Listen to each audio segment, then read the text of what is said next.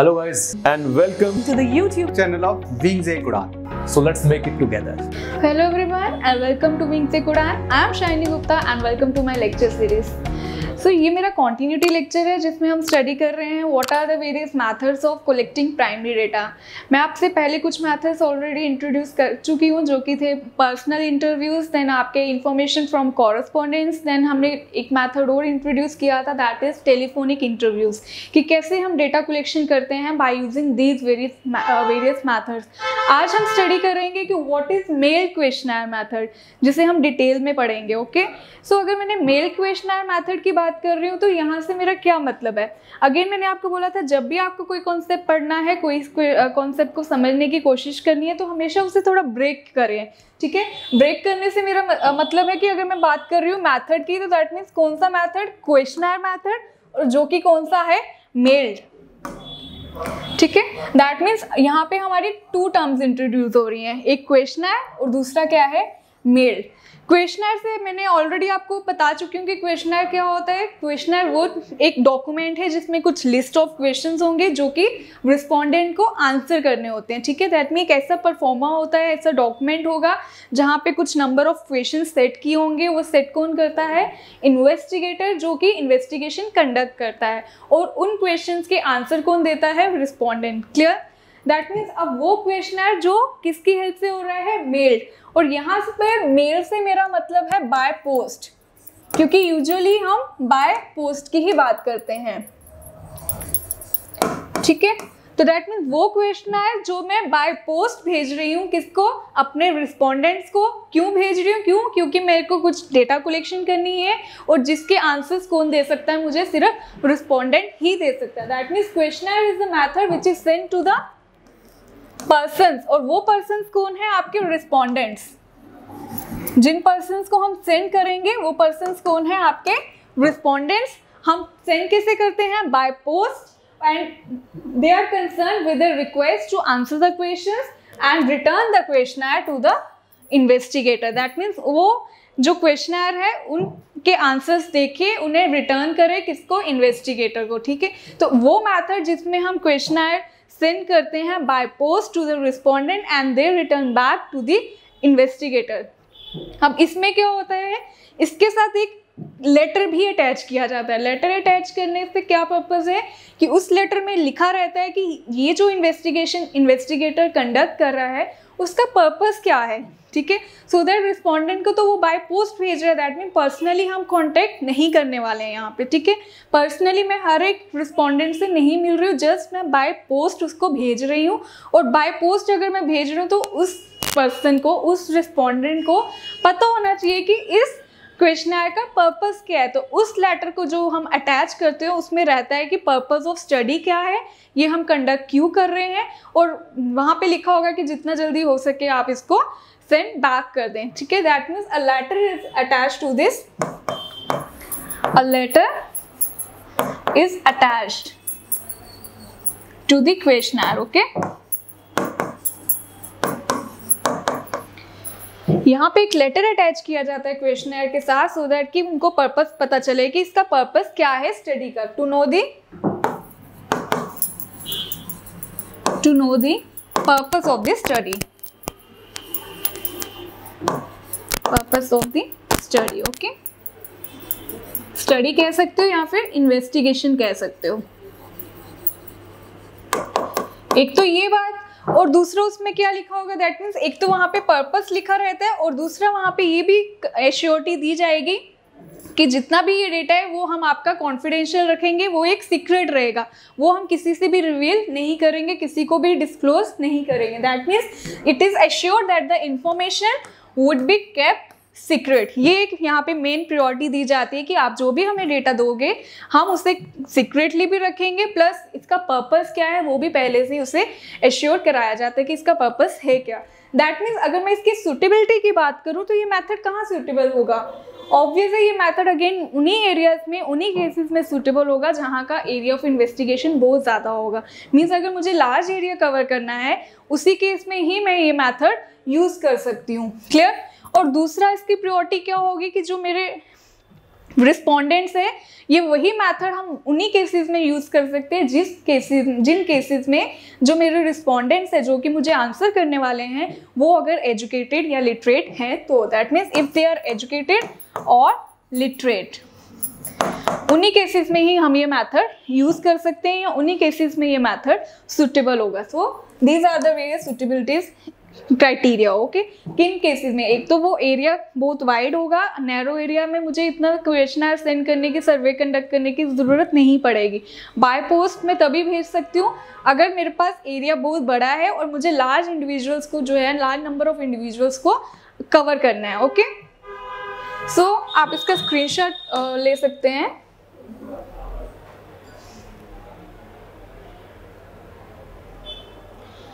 Okay, अगर मैं इसके मेरिट्स की बात करूं, what are the various methods merits under your questionnaire method, तो ऑब्वियस है, मैंने सबसे पहले आपको बताया मेथड हम तभी यूज कर सकते हैं जब जो मेरा एरिया ऑफ इन्वेस्टिगेशन होगा वो बहुत ही बड़ा होगा। That means when the area of investigation is the area of investigation is very large.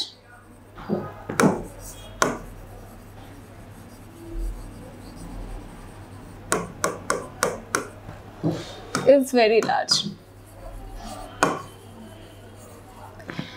एक तो ये पॉइंट है। दूसरा इसमें ये पॉइंट आएगा कि जिन रिस्पोंडेंट्स को मैं अब पर्सनली नहीं भी कांटेक्ट कर सकती थी, अब मैं उन रिस्पोंडेंट्स को भी कवर कर सकती हूँ। क्यों? क्योंकि मैं बाय पोस्ट किसी भी रिस्पोंडेंट को भेज सकती हूँ जिससे मैं डायरेक्टली कांटेक्ट नहीं भी कर पा रही थी।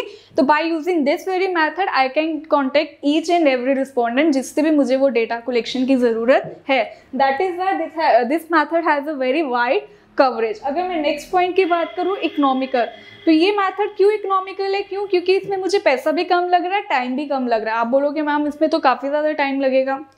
टाइम सिर्फ उतना ही लगेगा जितना कि मुझे पोस्ट करने में लगेगा। ठीक है, जितना टाइम मुझे पोस्ट करना है बस वहीं पे मेरा टाइम लग रहा है। उसके बाद पोस्टिंग के बाद जितना भी पोस्ट होके जो भी क्वेश्चनर्स हैं, जितने भी रिस्पोंडेंट्स को मिल रहे हैं वहाँ पे मिल जाएंगे, तो वो मुझे अपना डेटा जितना भी है रिकॉर्ड करके आंसर्स लिख के मुझे वो रिटर्न कर सकते हैं अगेन बाय पोस्ट। ठीक है, दैट मीन्स ये मेथड जो है इकोनॉमिकल, मुझे इंडिविजुअली या मुझे पर्सनली हर किसी से मिलने की ज़रूरत नहीं है। जस्ट मैंने पोस्ट किया जिन भी नंबर ऑफ इंडिविजुअल्स को करना है और मुझे अपना डेटा जो भी जिस पर्टिकुलर स्टडी के रिगार्डिंग वो मैं इजीली कलेक्ट कर सकती हूँ। So this method is economical in terms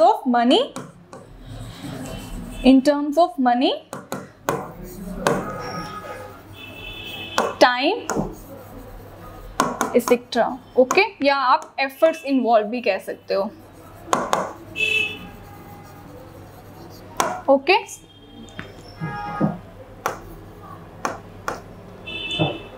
clear? अगर मैं बोल रही हूँ फ्री फ्रॉम बायस, तो ये वाला मेथड जो है वो फ्री फ्रॉम बायस क्यों है? यहाँ पे मेथड फ्री फ्रॉम बायस इसलिए होगा क्योंकि जो भी मेरा इंटरव्यूअर है अब उसे डायरेक्टली कनेक्ट नहीं होना है अपने रिस्पोंडेंट के साथ। तो अगर मैं डायरेक्टली कांटेक्ट में नहीं आ रही हूँ अपने रिस्पोंडेंट के साथ, क्वेश्चनर वही फिल करता है जो रिस्पोंडेंट खुद फिल कर रहा है। ओके, तो रिस्पोंडेंट को अगर डेटा खुद फिल करना है तो that means he is free, he is totally free. अब वो जो भी अपनी चॉइसेस के आंसर्स वहाँ पे लिख सकता है, वहाँ पे अपना रिस्पॉन्सेस दे सकता है और वहाँ पे मेरी इंटरव्यून की ज़रूरत नहीं है। क्यों? क्योंकि मैं तो अपने ही घर में हूँ। अगर मैं हूँ अपने ही एरिया में, मैं उससे पर्सनली कांटेक्ट नहीं कर रही हूँ, तो उन केसेस में रिस्पोंडेंट को आंसर्स खुद फिल करने रहते हैं। तो अगर वो खुद फिल कर रहा है that means he has total freedom कि वो अपने आंसर्स जो हैं वो खुद लिख सके। ठीक है, तो जो भी उसके अपने आइडियाज़ होंगे वो वही लिखेगा वहाँ पे, तो वहाँ पे बायसनेस के चांसेस काफ़ी कम रहेंगे। So it is free from biasness, या आप कह सकते हो ये मेथड क्या है, इम्पार्शियल है।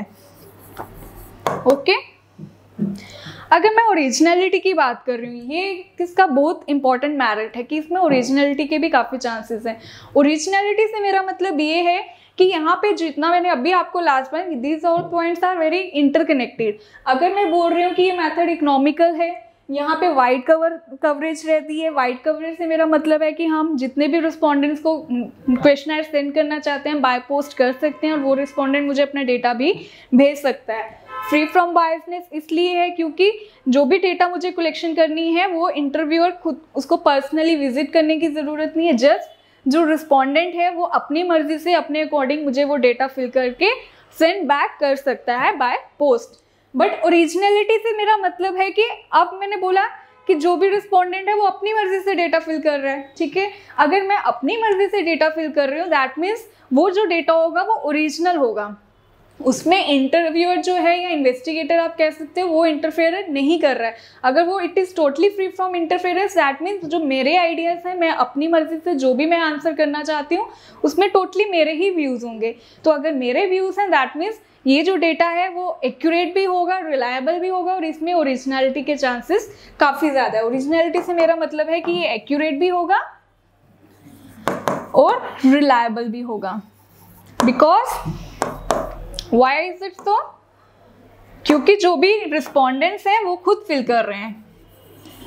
Respondents are themselves filling the questionnaires, okay?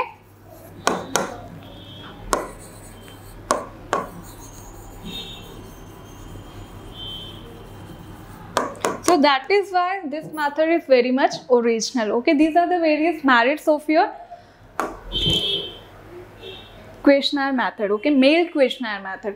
अगर मैं इसके डीमेरिट्स की बात करूं, ऑब्वियस है अगर किसी के प्लस पॉइंट्स है तो नेगेटिव पॉइंट्स भी डेफिनेटली होंगे। जैसे कि मैंने बोला कि अगर ये वाइड कवरेज की बात कर रहा है, ठीक है, वाइड कवरेज की बात तो है, अगर ये लार्ज एरिया कवर करता दैट इज ओके। लेकिन अगर हो सकता है कि मैंने बताया रिस्पोंडेंट्स को जहाँ पे जितने भी आंसर्स करने हैं वो खुद करने हैं, ओके, मैंने तो बाय पोस्ट सेंड कर दिया।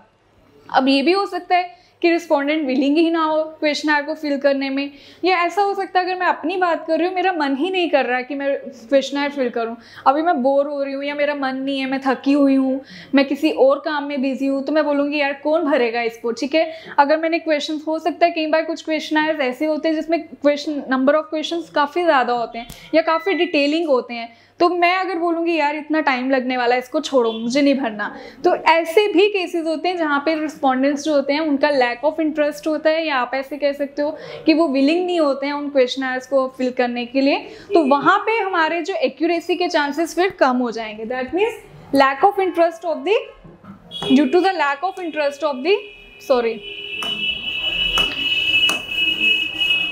respondents, okay, lack of interest of the respondents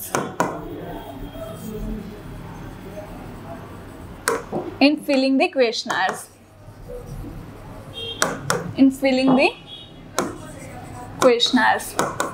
या आप ये कह सकते हो कि लो रेट ऑफ रिटर्न है इसमें of the duly filled in the questionnaire, उसके वजह से भी ये जो क्वेश्चनर मेथड है ये थोड़ा सा इसका ड्रॉबैक रहता है। That means low rate of return,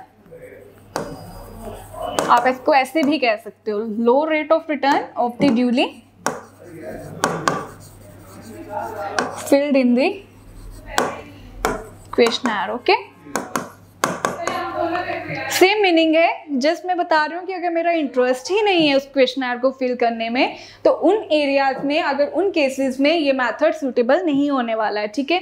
अगर उन केसेस में ये मेथड मैं यही नहीं यूज़ कर पा रही हूँ, इसके जो रिजल्ट्स आने वाले हैं वो ऑब्वियस है वो एक्यूरेट नहीं होंगे, that means the results are more, आप कह सकते हो मिसलीडिंग हो सकते हैं, या ये कह सकते हो कि they are less accurate. That means वहाँ पे चांसेस हैं कि जो मेरा डेटा है वो लेस एक्यूरेट है या फिर लेस प्रिसीशन रहेगी उसमें, ठीक है। वो क्यों होने वाली है? क्योंकि कुछ रिस्पोंडेंट्स जो हैं वो कुछ क्वेश्चंस ही फिल नहीं करेंगे, या फिर हो सकता है उन्होंने टोटली जो पूरा क्वेश्चनर है वही उसको मेल बैक नहीं किया है, ठीक है। तो उन केसेस में अगर ऐसा भी हो सकता है कि मेजॉरिटी हो, लार्ज नंबर ऑफ पर्सन अगर ऐसे निकले मेरे केसेस में, अगर सपोज करो मुझे 200 स्टूडेंट्स का डेटा कलेक्शन करनी है, तो हो सकता है 200 में 80 स्टूडेंट्स ने, 90 स्टूडेंट्स ने क्वेश्चनर मुझे रिटर्न बैक किया ही नहीं, ठीक है, रिटर्न ही नहीं किया।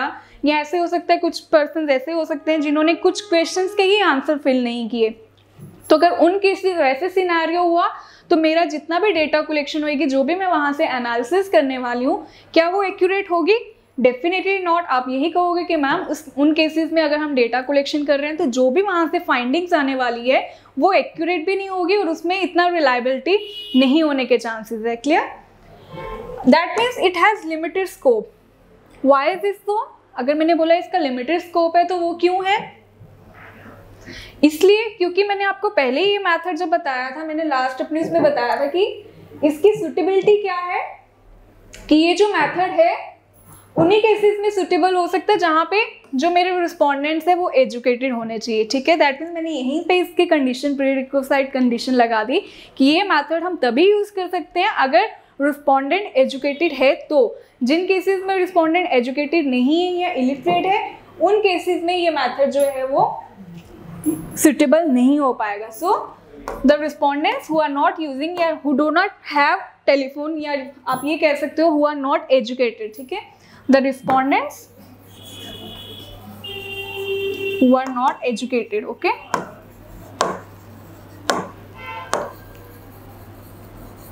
तो उन रिस्पोंडेंट्स को हम कवर नहीं कर सकते इस मेल क्वेश्चनर मेथड में, ठीक है।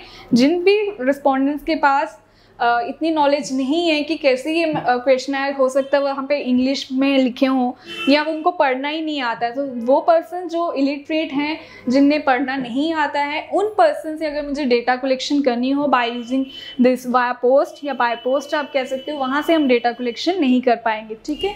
अगर मैं इसकी फ्लेक्सिबिलिटी की बात करूँ तो इसमें फ्लेक्सिबिलिटी भी काफ़ी ज़्यादा कम रहती है, ठीक है। So there are chances of lack of flexibility. Lack of flexibility से मेरा मतलब है कि अब हो सकता है मैंने क्वेश्चनर बाय पोस्ट सेंड कर दिया, ठीक है, कोई भी XYZ जो भी मेरे इंडिविजुअल्स हैं या जो भी मेरे रिस्पोंडेंट्स हैं, इसे ध्यान से समझना, ठीक है। अगर अब मैंने रिस्पोंडेंट को बाय पोस्ट भेज दिया, अब जब भेजने के बाद अगर मेरे माइंड में स्ट्राइक करता, ओह मैंने ये क्वेश्चन तो इसमें पुट किया ही नहीं, तो ये भी क्वेश्चन इसमें इंपॉर्टेंट थे और ये मेरे दिमाग में उस टाइम क्यों नहीं आए, ये मैंने लिखे ही नहीं, या ये मैंने उसमें ऐड नहीं किए, या ये कुछ ऐसे क्वेश्चन थे जो मुझे सब्ट्रैक्ट करने थे, जो मुझे नहीं पूछने चाहिए, वो भी मैंने भेज दिए। अब मैं क्या करूँ? अब मैं कुछ नहीं कर सकती। अगर मैंने वो क्वेश्चनर डिस्पैच कर दिए हैं, बाय पोस्ट भेज चुकी हूँ, उसके बाद मैं उसमें कोई भी अमेंडमेंट्स नहीं कर सकती हूँ। So there are the chances of lack of flexibility, means you can not amend it, we can not amend the questionnaires, okay, after they are being dispatched.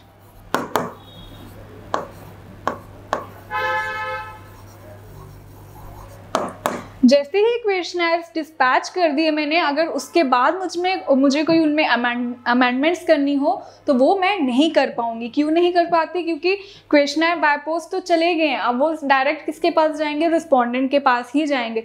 तो फिर मैं उसमें कोई भी चेंजेस नहीं ला सकती, चाहे मुझे कुछ एडिशंस करनी है या कुछ क्वेश्चंस को मुझे निकालना है तो वो मैं नहीं कर पाऊंगी। सो ये भी एक इसका मेजर ड्रॉबैक है। अगर मैं बात करूँ चांसेस ऑफ मिस इंटरप्रिटेशन, तो इससे मेरा क्या मतलब है? देखो, जब भी हम रिस्पोंडेंट को क्वेश्चंस के लिए बोलते हैं, मैंने पर्सनली कांटेक्ट तो नहीं कर रही हूँ, आपके घर चला गया क्वेश्चन है, आपको फिल करना है, वो आपकी मर्जी है, आप जब भी करो। लेकिन अगर आप फिल करने बैठते हो तो हो सकता है कुछ क्वेश्चंस ऐसे लिखे हों जिसका मीनिंग एक से ज़्यादा हो, ठीक है। अब मैंने तो उसे अपने सेंस ऑफ ह्यूमर के अकॉर्डिंग सेट किया था, जो मुझे रिक्वायर्ड था डेटा, मैंने उसके अकॉर्डिंग ही वो क्वेश्चन सेट किया था। बट ऐसा नहीं जो मैं सोचूं वही आप सोचो, ठीक है। तो जो रिस्पोंडेंट उसका आंसर करना चाहता है, हो सकता है वो अपने पॉइंट ऑफ व्यू के अकॉर्डिंग करे, बट मेरा रिक्वायरमेंट कुछ और था और रिस्पोंडेंट ने उसे कुछ और मिस इंटरप्रेट कर लिया, ठीक है। तो उस केसेस में भी ये जो मेथड है वो सुटेबल नहीं हो पाएगा। क्यों? क्योंकि जो क्वेश्चन था उसके मोर देन वन मीनिंग हुए और उसकी वजह से रिस्पोंडेंट ने उसे गलत इंटरप्रेट किया, और गलत इंटरप्रेट करने की वजह से क्या हुआ, जो आंसर था डेफिनेटली वो भी रॉन्ग ही होगा, ठीक, क्लियर। अगर वो रॉन्ग हो सकता है या फिर ऐसा हो सकता है कि वो नॉट क्लियर हो, ठीक है, वो वेग भी हो सकते हैं। दैट मीन्स जो आंसर्स हैं वो वेग भी हो सकते हैं, कैन बी वेग,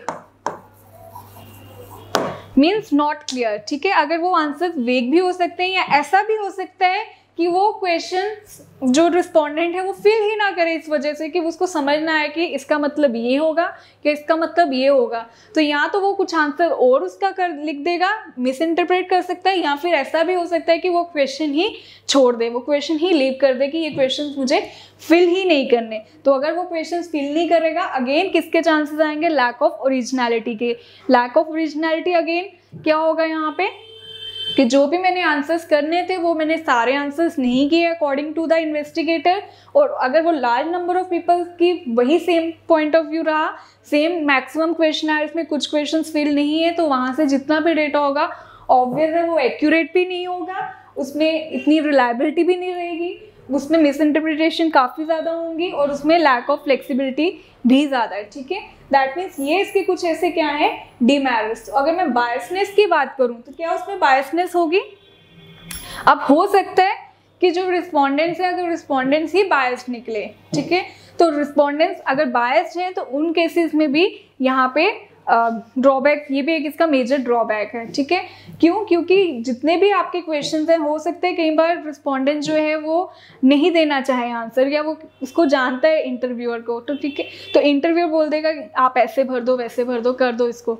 तो जिनको जानते हैं अगर वहीं पे बायसनेस निकली तो उन केसेस में भी ये जो मैथड है वो सूटेबल नहीं होगा। So this is all about your mail questionnaire method. अब हम पढ़ेंगे what is enumerator method, okay. अगर मैं इन्यूमरेटर मेथड की बात करूं, इसमें क्या होगा? What is the main difference between mail questionnaire method and enumerator method? इसको भी हम पढ़ेंगे, बट पहले हम बात करते हैं कि what is enumerator method। देखो, मेथड दोनों सेम है, बस इन दोनों में इतना ही फर्क है कि यहाँ पे मैंने टर्म इंट्रोड्यूस की है इन्यूमरेटर। अब एन्यूमरेटर से मेरा क्या मतलब है? जब भी मैंने इन्यूमरेटर आपको मैंने फर्स्ट और सेकेंड लेक्चर में इंट्रोड्यूस की थी ये टर्म्स की इन्यूमरेटर क्या होता है। अब इन्वेस्टिगेटर है, हो सकता है कुछ ऐसी एरिया ऑफ इन्वेस्टिगेशन हो जहाँ पे इन्वेस्टिगेटर जो है वो पर्सनली हर कहीं विजिट नहीं कर सकता। अगर मुझे कोई फील्ड स्टडी कंडक्ट करनी है, मुझे कोई सर्वे करना है, तो हो सकता है वो सर्वे करने के लिए मैं अकेले हर कहीं ना जा पाऊँ। मुझे कुछ नंबर ऑफ स्कूल्स में चेक करना है, गवर्नमेंट स्कूल्स के प्राइमरी विंग्स में, कि मिड डे मील प्रोग्राम कैसा चल रहा है, ठीक है, क्या प्रोवाइड की जाते हैं उनको फ्री लंच या नहीं किए जाते हैं। तो उसके लिए मैं अकेले हर कहीं ना जाते हुए मैं क्या करूँगी, कुछ पर्सन्स की हेल्प लूँगी अपनी डेटा कलेक्शन के लिए। डेटा कलेक्शन मुझे ही करनी है, बट क्योंकि मैं हर कहीं अकेले नहीं जा सकती तो मैं कुछ इन्यूमरेटर्स की हेल्प लूँगी, कुछ पर्सन्स की हेल्प लूँगी जो मेरे डेटा कलेक्शन में मेरी हेल्प करेंगे। तो वो पर्सन्स जो इन्वेस्टिगेटर की हेल्प करते हैं इन कलेक्टिंग द डेटा, उन पर्सन्स को हम क्या कहते हैं, एन्यूमरेटर। क्लियर? अब इन्यूमरेटर मेथड से मेरा क्या मतलब है, वो डेटा कलेक्शन जो हम with the help of enumerators collect करते हैं, वो उस मेथड को हम एन्यूमरेटर मेथड कहेंगे। क्लियर? वन थिंग, इसमें भी हम क्वेश्चनर यूज करते हैं, ठीक है। इन्यूमरेटर जो रिस्पोंडेंट के पास जाके पर्सनली डेटा कलेक्ट कर रहा है, दैट मीन्स जितने भी डीमेरिट्स थे आपके, किसके, अगर मैं यहाँ पे बात करूं, जितने भी मेरे डीमेरिट्स थे किसके, मेल क्वेश्चनर मेथड के, वो सारे मेरे उसके प्लस पॉइंट्स बन जाएंगे, किसके, आपके एन्यूमरेटर मेथड के, ठीक है। एक चीज ये याद रखना आप। अब इसमें मैंने बोला क्वेश्चनर वहां पे भी थे और यहाँ पे भी है, आप कंफ्यूज बिल्कुल मत होना, ठीक है, ध्यान से समझना। यहाँ पे भी मैं क्वेश्चनर्स ही फिल कर रही हूँ और वहाँ पे भी मैं क्वेश्चनर्स ही फिल कर रही हूँ। यहाँ पे भी रिस्पोंडेंट फिल कर रहा है, वहाँ पे रिस्पोंडेंट फिल कर रहा है, but the only difference is यहाँ पे एक रिस्पोंडेंट फिल नहीं करता है, ठीक है। इतना ही डिफरेंस है एन्यूमरेटर मेथड में और आपका मेल क्वेश्चनर मेथड में। वहाँ पे जितने भी आपके क्वेश्चनर्स होते हैं उसे इन्वेस्टिगेटर भेज देता है बाय पोस्ट और उसे फिल कौन करता है आपका रिस्पोंडेंट। बट इस मेथड में जितने भी आपके क्वेश्चनर्स होते हैं वो आप खुद फिल करते हो, और आपसे मेरा मतलब है जो एन्यूमरेटर है। एन्यूमरेटर पर्सनली हर किसी के घर जाके जहाँ से भी उसको डेटा कलेक्ट करना है उन पर्टिकुलर रिस्पोंडेंट्स के बाद वो पर्सनली खुद विजिट करके डेटा कलेक्शन करते हैं। अब इस मेथड का ये प्लस पॉइंट है कि जितने भी रिस्पोंडेंट्स मेरे इलिटरेट थे, जो कि मैं क्वेश्चनर मेथड की हेल्प से नहीं यूज़ कर पा सकती थी या उनको मैं नहीं कलेक्ट कर सकती थी, यहाँ पे मैं उन रिस्पोंडेंट से भी डेटा कलेक्ट कर सकती हूँ जो कि इलिटरेट है, ठीक है। दैट मीन्स इसके प्लस पॉइंट ज़्यादा हैं। That means this method is used where the enumerator himself collects the data. यहाँ पे वो खुद अप्रोच करता है किसको, आपके रिस्पोंडेंट को, और उनसे वो क्या फिल कराता है, क्वेश्चनर। बट वो फिल कौन करेगा, एन्यूमरेटर खुद करेगा, और रिस्पॉन्सेस कौन देगा, रिस्पोंडेंट, ठीक है। यहाँ से मेरा मतलब है कि देखो, रिस्पोंडेंट आंसर वही देगा, हो सकता है उसे इंग्लिश नहीं आती, हो सकता है उसे अच्छे से हिंदी समझ नहीं आ रही, तो यहाँ से एन्यूमरेटर अब उसे हिंदी में समझाएगा। दैट मीन्स यहाँ पे भी प्री रिक्विजिट कंडीशन है कि जो एन्यूमरेटर्स है अब उन्हें ट्रेनिंग देने की ज़रूरत है, ठीक है। अगर मैंने एन्यूमरेटर को अच्छे से ट्रेनिंग दी है, जिन भी पर्टिकुलर एरियाज में इन्यूमरेटर ने विजिट करना है वहाँ के थोड़े से कल्चर का पता होना चाहिए उसको, वहाँ पे लोकल लैंग्वेजेस कौन सी यूज़ होती है वो पता होना चाहिए, और आपका पर्पस क्या है, उसे आपने डेटा कलेक्ट कैसे करवाना है वो भी आपको ट्रिक्स या वो भी आपको टैक्टिक्स आने चाहिए, ठीक है। ये एक प्री रिक्विजिट कंडीशंस हैं कुछ की जो इन्यूमरेटर को फॉलो करनी है during the whole process. Clear one thing. दूसरा दैट मीन्स यहाँ पे जितना भी डेटा कलेक्शन करेगा वो enumerator with the help of respondent ही करेगा, बट लेकिन जो क्वेश्चनर है वो मेल क्वेश्चनर मेथड में रिस्पोंडेंट खुद फिल करता है, और यहाँ पे जितने भी रिस्पॉन्सेज होंगे वो कौन फिल करेगा, योर एन्यूमरेटर। क्लियर। अब एन्यूमरेटर ही क्वेश्चंस को आस्क करेगा और वो ही नोट डाउन भी करेगा। नोट डाउन भी कौन कर रहा है, आपका एन्यूमरेटर। क्लियर। दैट मीन्स यहाँ पे क्या है, जितने भी आपके क्वेश्चनर्स होंगे वो फिल उसी ने खुद करने हैं। किसने, आपके इन्यूमरेटर ने। अब वो क्वेश्चनर्स जिसे इन्यूमरेटर खुद फिल करता है by asking questions to the respondent and filling them in their questionnaire, उस मेथड को हम क्या कहते हैं, योर शेड्यूल। ठीक है। शेड्यूल में क्या होता है, क्वेश्चनर को कौन फिल करता है, इन्यूमरेटर्स खुद फिल करते हैं। ठीक है। The questionnaires are filled by the enumerators, okay, by the enumerators themselves, okay, by putting questions,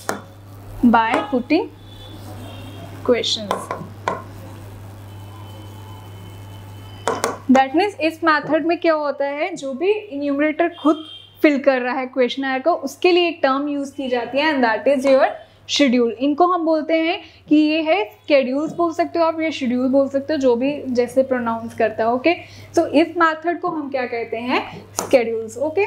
और ये यूजुअली कौन यूज़ करता है, या तो गवर्नमेंट बॉडीज करती है, या तो सेमी गवर्नमेंट बॉडी करती है, या फिर आप बोल सकते हो बहुत बड़े बड़े जो बिग आपकी जो बिजनेस फर्म्स है वो इस मैथड को यूज़ करते हैं। Clear. I hope it is understood.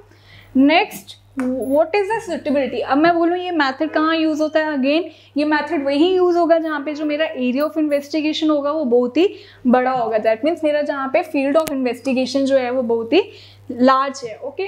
दूसरा, मैंने पहले ही आपको बताया ये मैथड हम तभी यूज़ कर सकते हैं, ये तभी सूटेबल है अगर मैंने प्रॉपर ट्रेनिंग दी है किनको, अपने इन्यूमरेटर्स को। अगर मैंने प्रॉपर ट्रेनिंग दी है अपने इन्यूमरेटर्स को, उनको वेल अवेयर कराया है कि आपका पर्पस आपको कैसे डेटा कलेक्शन करनी है, आपको लैंग्वेजेस का पता होना चाहिए, आपको थोड़ा सा वहाँ का कल्चर पता होना चाहिए। ठीक है।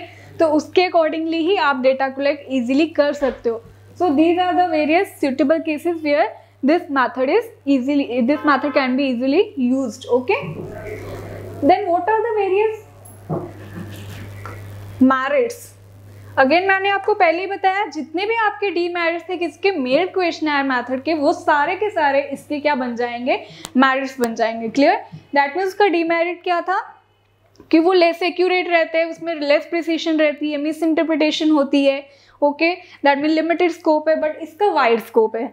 इसका वाइड कवरेज क्यों है, क्योंकि again area of investigation large तो है ही है, प्लस इसमें हम उन रिस्पोंडेंट्स के भी रिस्पॉन्सेज को ऐड कर सकते हैं जो कि हम मेल क्वेश्चनर मेथड में नहीं यूज़ कर सकते। दैट मीन उन रिस्पोंडेंट्स को भी हम कवर कर सकते हैं जो इलिटरेट हैं या जो अनएजुकेटेड है। ओके। दैट मीन्स वो भी रिस्पोंडेंट्स कवर कर सकते हैं, the respondents who are illiterates, who are illiterate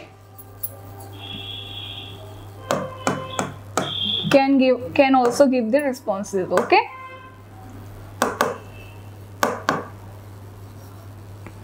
So जो जो आपके रिस्पोंडेंट्स इलिटरेट हैं वो रिस्पोंडेंट से भी अब हम डेटा कलेक्शन इजीली कर सकते हैं, उन पर्सन से भी हम अपने रिस्पॉन्सेज को कलेक्ट कर सकते हैं। कैसे, क्योंकि इस मेथड में क्या होता है, आपको इन्यूमरेटर को डेटा कलेक्ट करना है, उसने जस्ट रिस्पोंडेंट से क्वेश्चंस पूछने हैं, रिस्पोंडेंट जो है अपनी जिस भी लैंग्वेज में इजीली कंफर्टेबल होगा उसमें ही आंसर करेगा। अब उस आंसर्स को लिखना किसने है, इन्यूमरेटर ने खुद लिखना है। ठीक है। इसलिए ये जो मेथड है इसकी वाइड कवरेज रहेगी। अगर मैं एक्यूरेसी की बात कर रही हूँ तो ये ऑब्वियस है मोर एक्यूरेट होगा एंड मोर रिलायबल भी होगा। क्यों?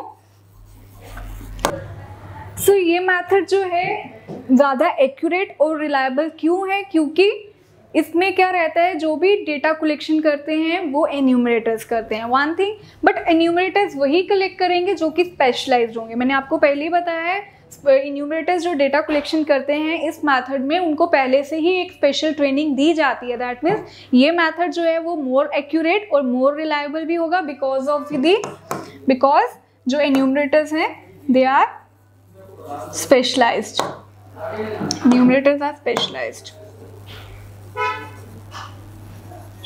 ठीक है। बिकॉज स्पेशलाइज्ड एन्यूमरेटर्स को ही अपॉइंट किया जाता है डेटा कलेक्शन के लिए, इसलिए ये जो डेटा होगा उसमें एक्यूरेसी के चांसेस भी ज़्यादा है और दूसरा ये रिलायबल भी ज़्यादा होगा ऑफ कोर्स, ठीक है। अगर मैं बेटर रिस्पॉन्सेज की बात कर रही हूँ तो इसमें क्या होगा, देखो यहाँ पे जितना भी डेटा कलेक्शन है मैंने आपको पहले बताया कौन कर रहा है, एन्यूमरेटर कर रहा है। तो अगर मैं खुद ही डेटा कलेक्ट कर रही हूँ और मैं ही रिस्पॉन्सेस भी कलेक्ट कर रही हूँ तो मैं जितने भी रिस्पॉन्सेस कलेक्ट करूँगी obviously they must be better. यहाँ पे जितने भी रिस्पॉन्सेस आने वाले हैं वो करेक्ट ही होंगे क्योंकि मैं जस्ट उसको समझा रही हूँ क्वेश्चन और वो मुझे आंसर कर रहा है और मैं जितना भी है वो एक्यूरेट डेटा ही अपने क्वेश्चनर्स में फिल करूँगी। तो नॉन रिस्पॉन्सेस के चांसेस भी यहाँ पे नहीं रहेंगे। अगर नॉन रिस्पॉन्सेस के चांसेस कम है दैट मीन्स बेटर रिस्पॉन्सेस के चांसेस काफ़ी ज़्यादा हैं।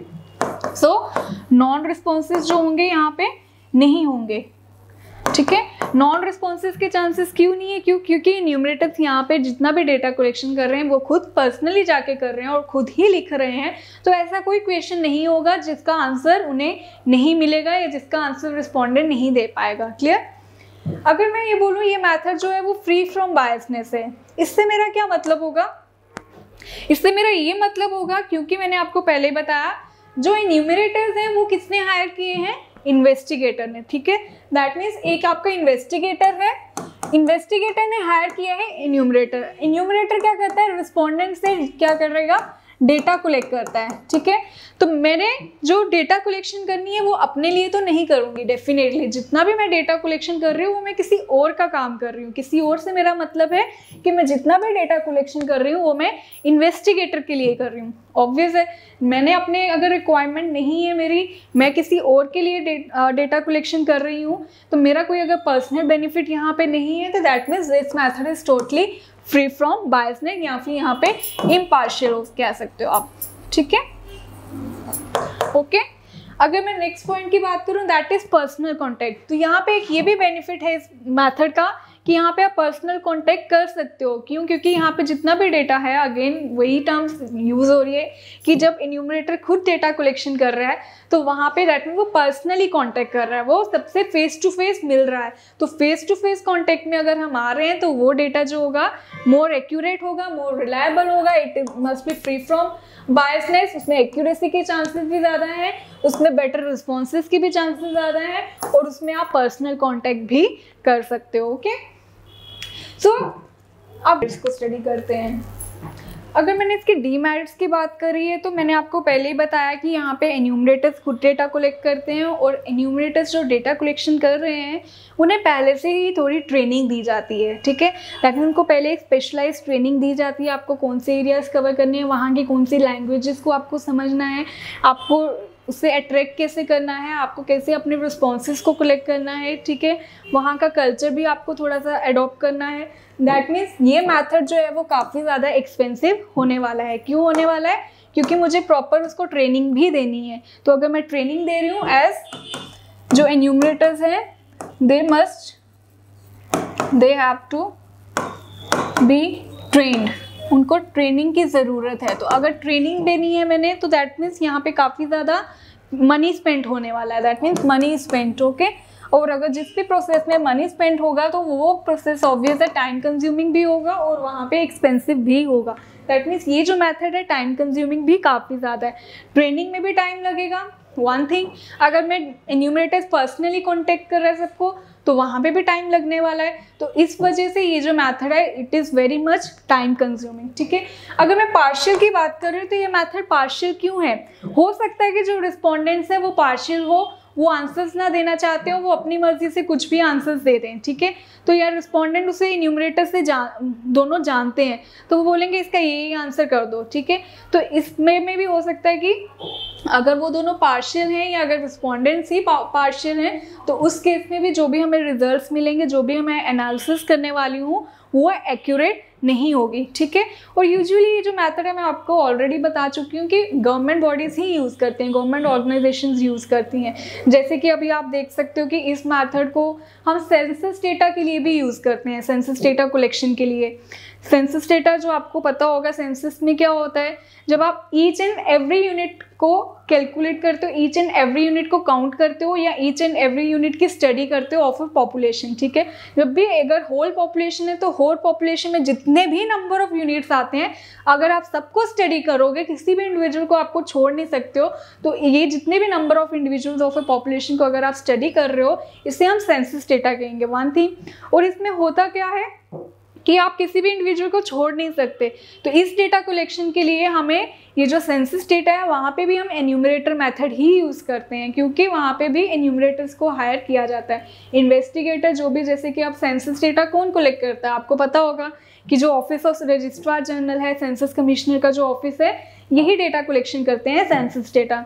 अब सेंसस डेटा भी में भी अगेन इन्वेस्टिगेटर अकेले, तो पूरे इंडिया का अगर मुझे सेंसस डेटा कलेक्ट करना है तो मैं कहाँ कहाँ जाऊँगी, पॉसिबिलिटी ही नहीं है कि मैं हर एक जगह जा पाऊँ। तो ये मेथड बहुत ज़्यादा टाइम कंज्यूमिंग भी है और बहुत ज़्यादा एक्सपेंसिव है, बहुत ज़्यादा एक्सपेंसिव होगा। क्यों? क्योंकि एक तो स्पेशलाइज ट्रेनिंग देनी पड़ेगी, और हो सकता है कि अगर मुझे इंडिया का सेंसस डेटा कलेक्ट करना है तो अराउंड 30 lakhs ऑफ इन्यूमरेटर्स जो हैं वो यहाँ पे यूज़ किए जाते हैं, हायर किए जाते हैं, जिनकी हेल्प से हम डेटा कलेक्शन करते हैं, जिनकी हेल्प से हम सेंसस डेटा कलेक्शन करते हैं। तो ये मेथड काफ़ी ज़्यादा टाइम कंज्यूमिंग होगा। जैसे कि आप जानते हैं कि हिस्ट्री ऑफ इंडिया में फर्स्ट टाइम ऐसा होने वाला है कि जो 2021 में भी अब सेंसस डेटा कलेक्ट किया जाएगा, बट यहाँ पे मुझे हर एक हाउस होल्ड में विजिट नहीं करना पड़ेगा, जस्ट मैं ये ऑनलाइन, इस बार का जो भी सेंसस डेटा होगा वो ऑनलाइन डेटा कंडक्ट होने वाला, ऑनलाइन सर्वे की हेल्प से होगा। तो by using a mobile application census of data 2021, इस बार जितना भी डेटा सेंसस डेटा कलेक्ट होगा by using the mobile application, they are using, government is using mobile application, okay. तो इसकी हेल्प से वो डेटा कलेक्शन तो कर रहे हैं, बट वो जो मैथड यूज़ कर रहे हैं वो कौन सा मैथड यूज़ करने वाले हैं, अगेन आपका enumerator method, okay. So this is all about today's lecture. आज हमने क्या पढ़ा कि what is this enumerator method and what is questionnaire method, mailed questionnaire method, ठीक है। दोनों में मेन डिफरेंस क्या है, वहाँ पे भी क्वेश्चनर्स फिल किए जाते हैं और यहाँ पे भी क्वेश्चनर्स फिल किए जाते हैं। द ओनली डिफरेंस इज कि जो आपका मेल्ड क्वेश्चनर मैथड है उससे फिल कौन करता है, रिस्पोंडेंट खुद, और इन्यूमरेटर मैथड में आपका जितना भी डेटा कलेक्शन है, जितना भी आपके रिस्पॉन्सेज हैं या आंसर्स कह सकते हो, उसे कौन फिल करता है, इन्यूमरेटर, ना कि आपका रिस्पोंडेंट। और वो क्वेश्चनर जिन्हें इन्यूमरेटर खुद फिल करता है उन्हें हम स्केड्यूल्स बोलते हैं, ओके। सो आई होप आपको मेरा ये लेक्चर समझ आया हो। अगर आपकी कोई क्वेरीज है तो आप प्लीज़ कमेंट सेक्शन में लिख सकते हैं। So I hope you are preparing for your exam and thank you.